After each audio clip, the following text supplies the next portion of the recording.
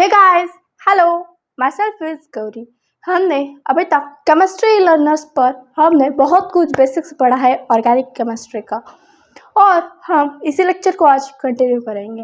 मैंने आपको पिछले लेक्चर में आइसोमेरिज्म के बारे में बताया था और हमने उसमें बहुत सारे एग्जांपल्स भी किए थे। अगर मैं बात करूँ what is the meaning of the isomerism, हमने, अगर आपको याद हो तो हमने आइसोमेरिज्म में ये दो एग्जाम्पल किए थे।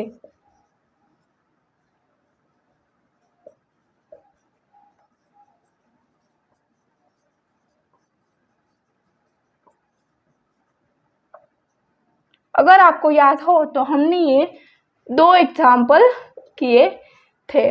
हम इसका आयुपाक नेम लिखते हैं। ये 3 कार्बन कंपाउंड है, इसीलिए हम इसको प्रोपेनॉल कहते हैं। और ये 2-3 कार्बन कंपाउंड है, लेकिन this is the iso condition, क्योंकि एक कार्बन पे 2 CH3 है, सो हम इसे लिखते हैं सॉरी, आइसोप्रोपेनॉल। हम इसे आइसोप्रोपेनॉल के नाम से जानते हैं। What is the meaning of the isomerism? हमने आइसोमेरिज्म के बारे में ऐसा पढ़ा था कि molecular formula is same but it's chemical and its physical properties are different. This is called as the isomerism.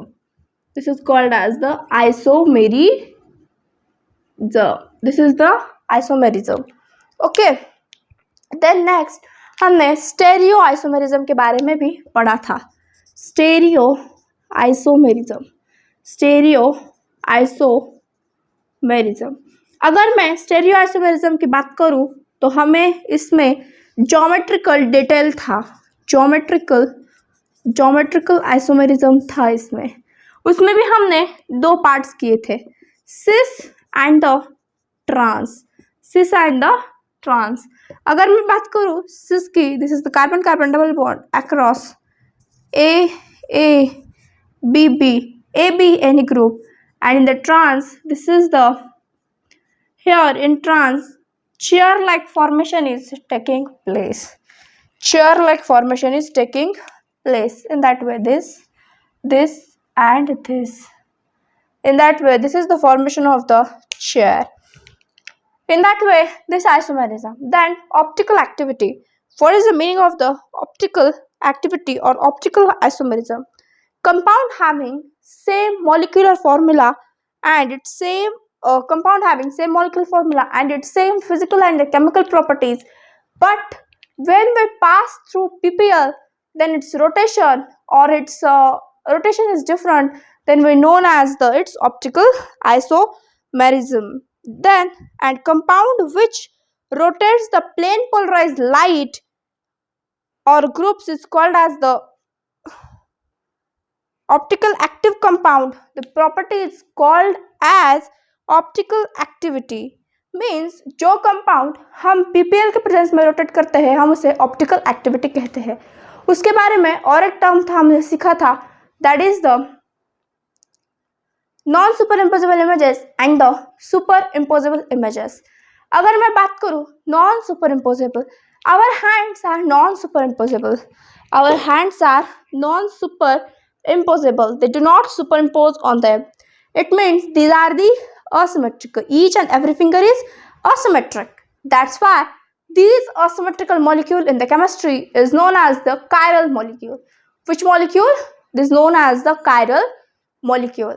And when this chiral molecule and the another compound is that is a chiral molecule, that is they have the symmetry. In that case हमने chiral और non achiral में हमने example देखा था lactic acid, उसमें भी D and the L formation का था। उसके बाद हमने मेजो कंपाउंड के बारे में पता किया था।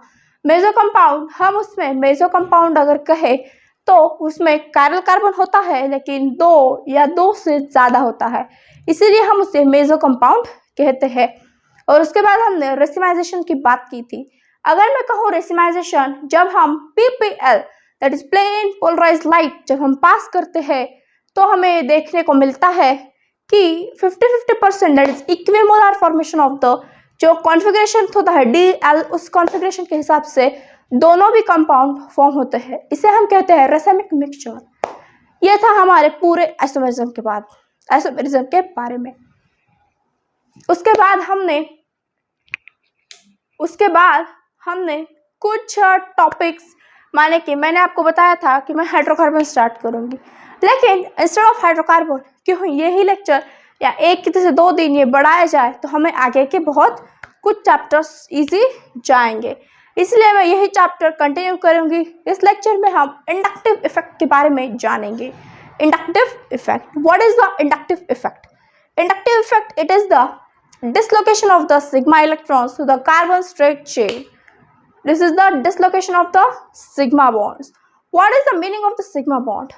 जिन बच्चों ने केमिकल बॉन्डिंग ये टॉपिक पढ़ा है उन्हें पता होता है what is the sigma pi, लेकिन जिन्होंने नहीं पढ़ा है उनके लिए बता दूं, सिग्मा मानी सिंगल इलेक्ट्रॉन, ताकि वो s ऑर्बिटल के साथ अपनी बॉन्डिंग कर रहा है, ऐसे हम अभी के लिए कह देते हैं, यानी कि वो सिंगल बॉन्ड फॉर्म कर रहा है इन इजी लैंग्वेज अगर हम अभी की बात करें तो। और हम पाई बॉन्ड की बात करें तो वो डबल बॉन्ड फॉर्म करता है। उसके बाद हम सिग्मा बॉन्ड डिसलोकेट कैसे करेंगे अब है हम देखेंगे। मैं आपको यहाँ एग्जांपल दूंगी।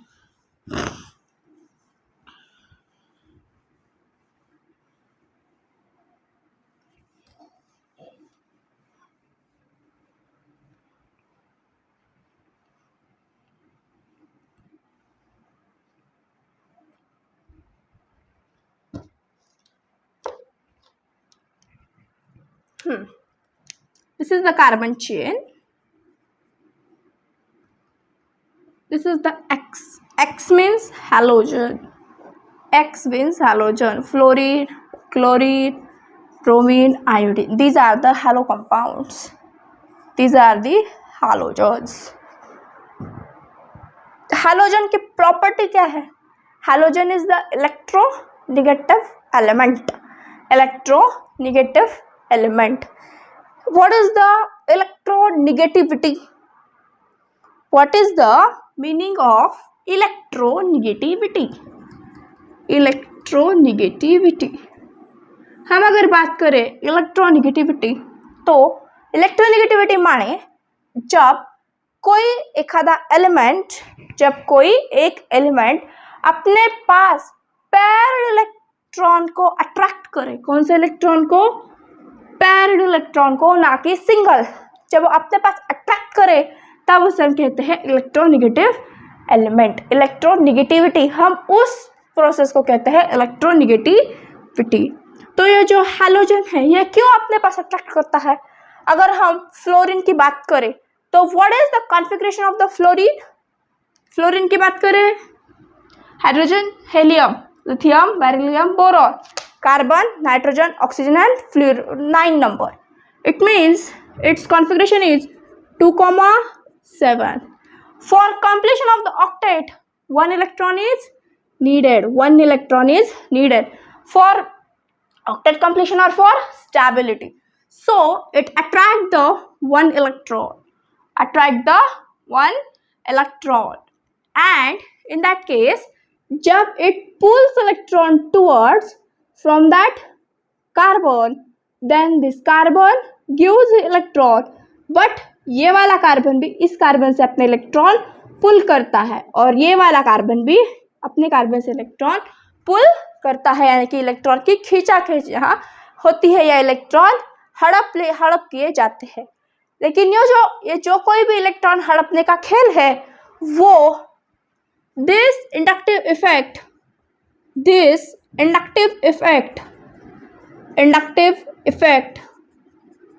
is vary up to only 3 carbon atom. After that 3 carbon atom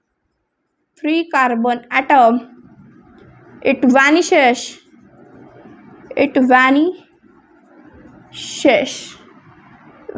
this effect, and this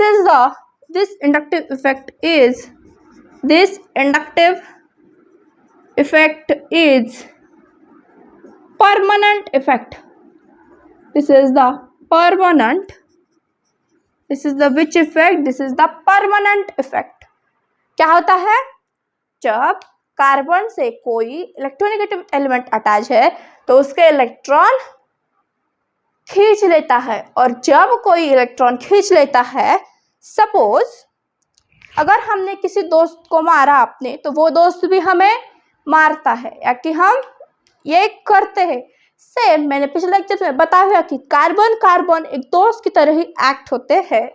अगर इसने इलेक्ट्रॉन खींचा है तो ये भी इससे इलेक्ट्रॉन खींचेगा, और ये भी इससे इलेक्ट्रॉन खींच लेता है। इसके बाद ये था हमारा इंडक्टिव इफेक्ट। इंडक्टिव इफेक्ट क्या? इंडक्टिव इफेक्ट इतना ही पढ़ना है हमें? जी नहीं, इंडक्टिव इफेक्ट के भी दो टाइप्स है, plus I effect and the minus I effect. Plus I effect and minus I effect. Plus I and the minus I effect.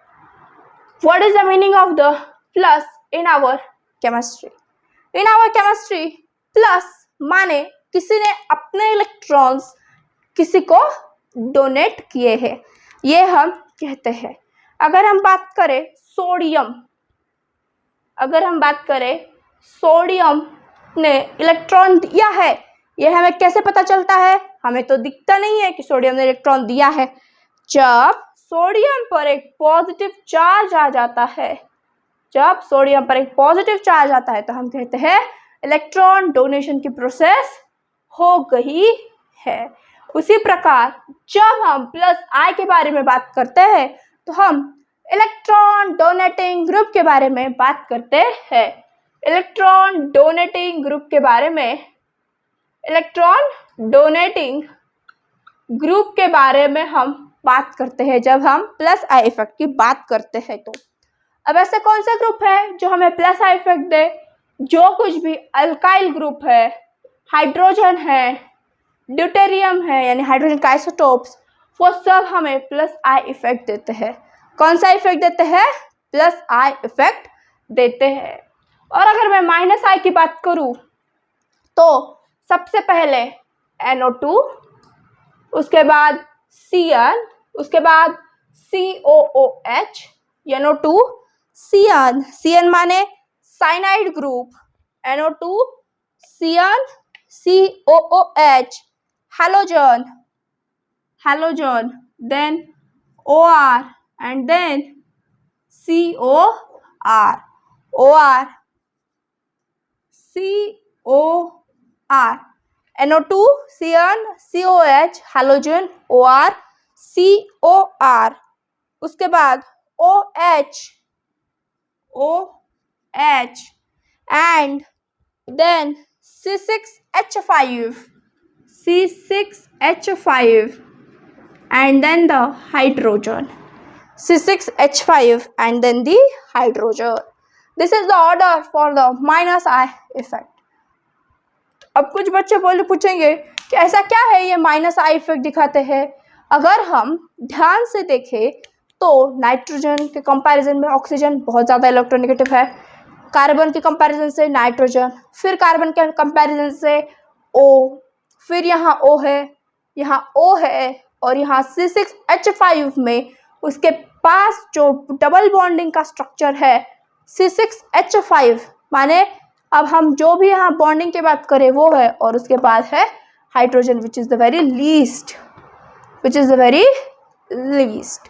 So this is about the minus I effect. ये हमारा था सब कुछ inductive effect के बारे में। और एक बार रिवाइज करा देती हूँ। इंडक्टिव इफेक्ट माने कार्बन का हड़प लेना। कौन कैसे कार्बन हड़प जाता है ये हमें इसके बारे में पता गया है। जब यहाँ ये जब इलेक्ट्रॉन प्लस ग्रुप है तो यहाँ डेंसिटी ऑफ इलेक्ट्रॉन इंक्रीजेस और decreases. Density of electron is increases. Density of electron increases through plus I. क्यों इंक्रीज होगी? क्योंकि इलेक्ट्रॉन अपने भी डोनेट करेगा। एंड माइनस आई में डेंसिटी कम होगी क्योंकि वो इलेक्ट्रॉन को अपने पास खींचेगा। ये था हमारा plus I and the minus I.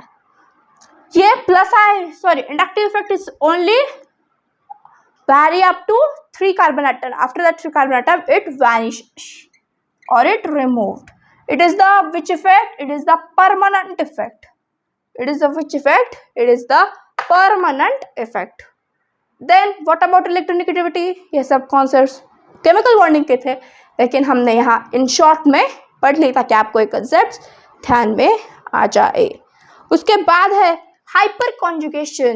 Hyper conjugation, or this hyper conjugation is known as Becker-Nathan effect. Which effect? Becker-Nathan effect. What is the meaning of the hyper conjugation?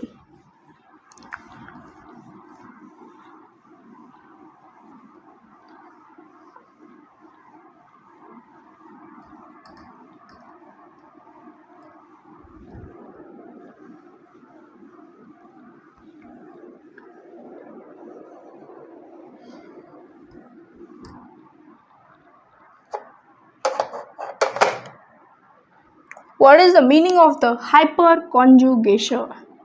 Hyperconjugation. What is the meaning of the hyperconjugation? This hyperconjugation is also known as the Becker-Nathan effect. Becker-Nathan effect. Which effect? Becker-Nathan effect. तो ये hyper के conjugation के बारे में क्या है? Hyper का जो कॉन्जुगेशन भी प्लस एच और माइनस एच से क्लासिफाई किया गया है, लेकिन वो हमारे सिलेबस में प्लस एच माइनस एच के फॉर्म में नहीं दिया हुआ है। तो हम हाइपर कॉन्जुगेशन के बारे में क्या कर सकते हैं? जब भी हम हाइपर कॉन्जुगेशन की बात करें तो सपोज कि हमने इंडक्टिव इफेक्ट में क्या कहा था? It is the dislocation of the sigma bonds. लेकिन इन दैट हाइपर कॉन्जुगेशन जब डबल बॉन्ड आता है, जब डबल बॉन्ड सिस्टम आती है, तभी ये हमें शो होता है। अगर मैं बात करूं, मैंने अगर एग्जांपल लिया है CH3 CH double bond CH3 CH double bond CH2, ये मैंने एग्जांपल लिया है। मैंने इसी को ही एक्सटेंड फॉर्म में लिखूँ, अगर मैं CH डबल बॉन्ड CH2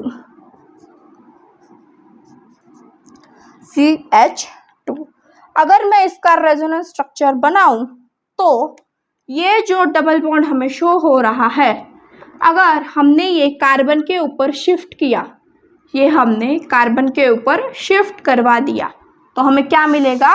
देखिए,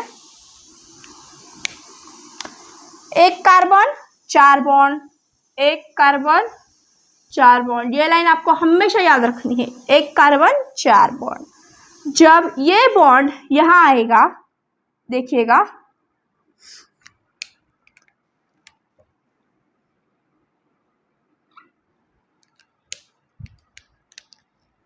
CH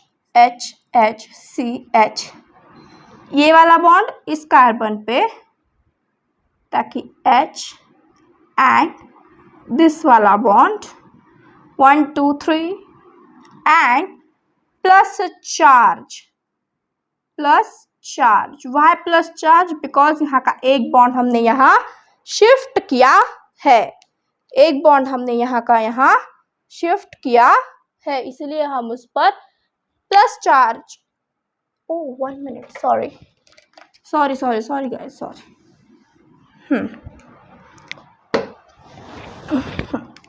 हम CH डबल बॉन्ड C, यहाँ पर negative charge H and H, ये जो इसमें डबल बॉन्ड था, ये डबल बॉन्ड यहाँ था, हमने इस डबल बॉन्ड को अब यहाँ शिफ्ट किया और यहाँ हमने ये क्या किया? This is the dislocation of the pi bond, this is the dislocation of the pi bond. हमने ये वाला पाई बॉन्ड यहाँ आकर शिफ्ट कर दिया, तो और यहाँ का यहाँ हमने एक निगेटिव चार्ज अप्लाई कर दिया, क्योंकि यहाँ लोन पेयर भी, ये बॉन्ड यहाँ शिफ्ट होएगा और यहाँ लोन पेयर भी आएंगे।